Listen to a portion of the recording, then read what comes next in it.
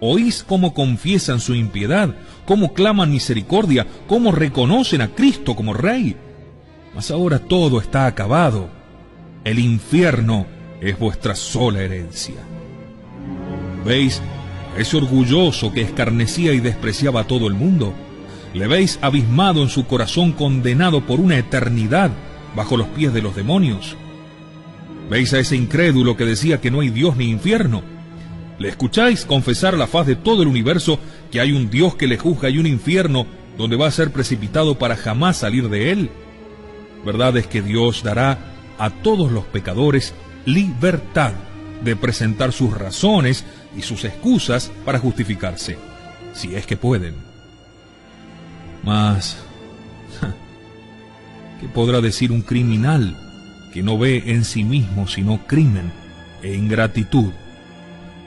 Ay, todo lo que el pecador pueda decir en aquel terrible momento solamente servirá para mostrar más y más su impiedad y su ingratitud. He aquí sin duda, hijos míos, lo que habrá de más espantoso en aquel terrible momento. Será el ver nosotros que Dios nada perdonó para salvarnos, que nos hizo participantes de los méritos infinitos de su muerte en la cruz, que nos hizo nacer en el seno de su iglesia, que nos dio pastores para mostrarnos y enseñarnos todo lo que debíamos hacer para ser felices. Nos dio los sacramentos para hacernos recobrar su amistad cuantas veces la habíamos perdido. No puso límite al número de pecados que quería perdonarnos. Si nuestra conversión hubiese sido sincera, podríamos estar seguros de nuestro perdón. Nos esperó años enteros, por más que nosotros no vivíamos sino para insultarle. No quería perdernos, mejor dicho, en absoluto quería salvarnos. Nosotros no quisimos. Nosotros mismos le forzamos con nuestros pecados a lanzar contra nosotros sentencia de eterna condenación. Id, hijos malditos, id a reuniros con aquel a quien imitasteis. Yo no os reconozco sino para aplastaros con todos los furores de mi cólera eterna.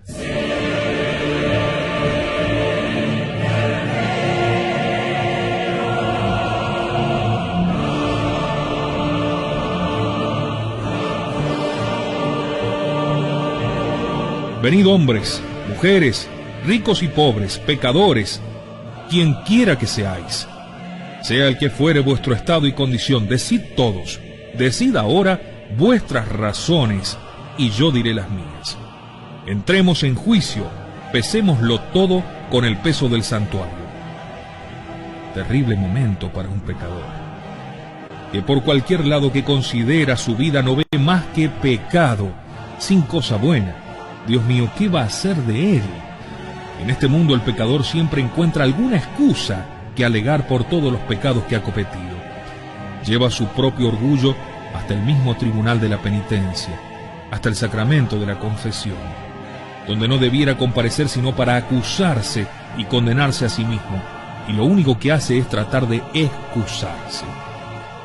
Unas veces la ignorancia, otras las tentaciones que eran demasiado violentas, otras, en fin, las ocasiones y los malos ejemplos. Tales son las razones que todos los días están dando los pecadores para encubrir la enormidad de sus crímenes.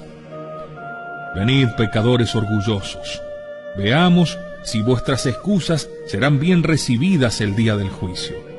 Explicaos delante de aquel que tiene la antorcha en la mano y que todo lo vio, todo lo contó y todo lo pesó.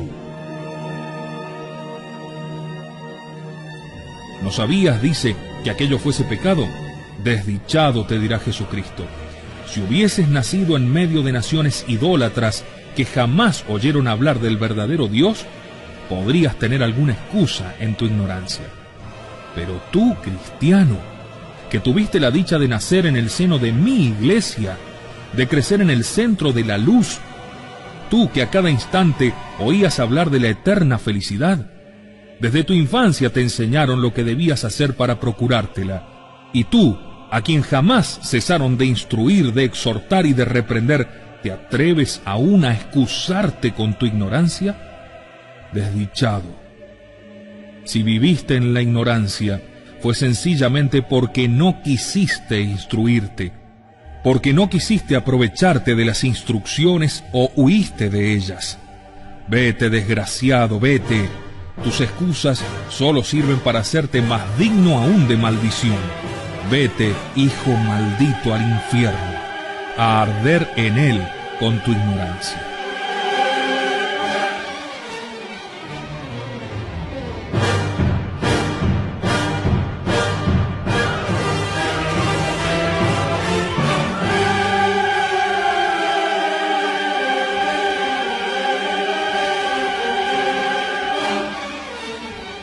Pero dirá otro, es que mis pasiones eran muy violentas y mi debilidad muy grande. Mas le dirá el Señor, ya que Dios era tan bueno que te hacía conocer que eras débil, que tu pastor te lo advertía, que debías velar continuamente sobre ti mismo y mortificarte para dominar tus pasiones. ¿Por qué hacías precisamente todo lo contrario? ¿Por qué tanto cuidado en contentar tu cuerpo y tus gustos? Dios te hacía conocer tu debilidad y tú te exponías a caer a cada instante. ¿Por qué pues no recurrir a Dios demandándole su gracia? ¿Por qué no escuchar a tu pastor que no cesaba de exhortarte a pedir las gracias y las fuerzas necesarias para vencer la tentación? ¿Por qué tantas indiferencias y desprecios por los sacramentos donde hubieras hallado abundancia de gracia y de fuerza para hacer el bien y evitar el mal? ¿Por qué tan frecuente desprecio de la palabra de Dios que te hubiera guiado por el camino que debías seguir para llegar a Él? Pecadores ingratos y ciegos, todos estos bienes estaban a vuestra disposición. De ellos podíais serviros como tantos otros se sirvieron. ¿Qué hiciste para impedir tu caída en el pecado? Vamos, no rezaste sino por rutina o por costumbre. Vete, desdichado. Cuanto más conocías tu debilidad, tanto más debías haber recurrido a Dios, que te hubiera sostenido y ayudado en la obra de tu salvación. Vete, maldito, por ella te haces aún más criminal. Pero las ocasiones de pecar son tantas, dirá todavía otro. Amigo mío, 3 clases conozco de ocasiones que pueden conducirnos al pecado. Todos los estados tienen sus peligros. 3 clases hay, digo, de ocasiones. Aquellas a las cuales estamos necesariamente expuestos por los deberes de nuestro estado, aquellas con las cuales tropezamos sin buscar y aquellas en las cuales nos enredamos sin necesidad. Si las ocasiones a las cuales nos exponemos sin necesidad no han de servirnos de excusa, no tratemos de excusar un pecado con otro pecado. Oíste cantar, dices, una mala canción, oíste una maledicencia o una calumnia, pero ¿por qué frecuentabas aquella casa o aquella compañía? ¿Por qué tratabas con aquellas personas que sabías que eran malas? ¿No sabías que quien se expone al peligro es culpable y en él morirá? El que cae sin haberse expuesto enseguida se levanta y su caída le hace aún más vigilante y precavido. Pero ¿no ves que Dios, que nos ha prometido su socorro en nuestras tentaciones, no nos lo ha prometido para el caso en que nosotros mismos tengamos la temeridad de exponernos a ellas? Vete, desgraciado, vete. Has buscado la manera de perderte a ti mismo. Mereces el infierno que está reservado a los pecadores como tú. Pero diréis, es que continuamente tenemos malos ejemplos delante de los ojos. Malos ejemplos. Frívola excusa. Si hay malos ejemplos, ¿no los hay acaso también buenos? ¿Por qué, pues, no seguir a los buenos mejor que a los malos? Veías a una joven ir al templo, acercarse a la sagrada mesa. ¿Por qué no seguíais a esta mejor que a la otra que iba al baile?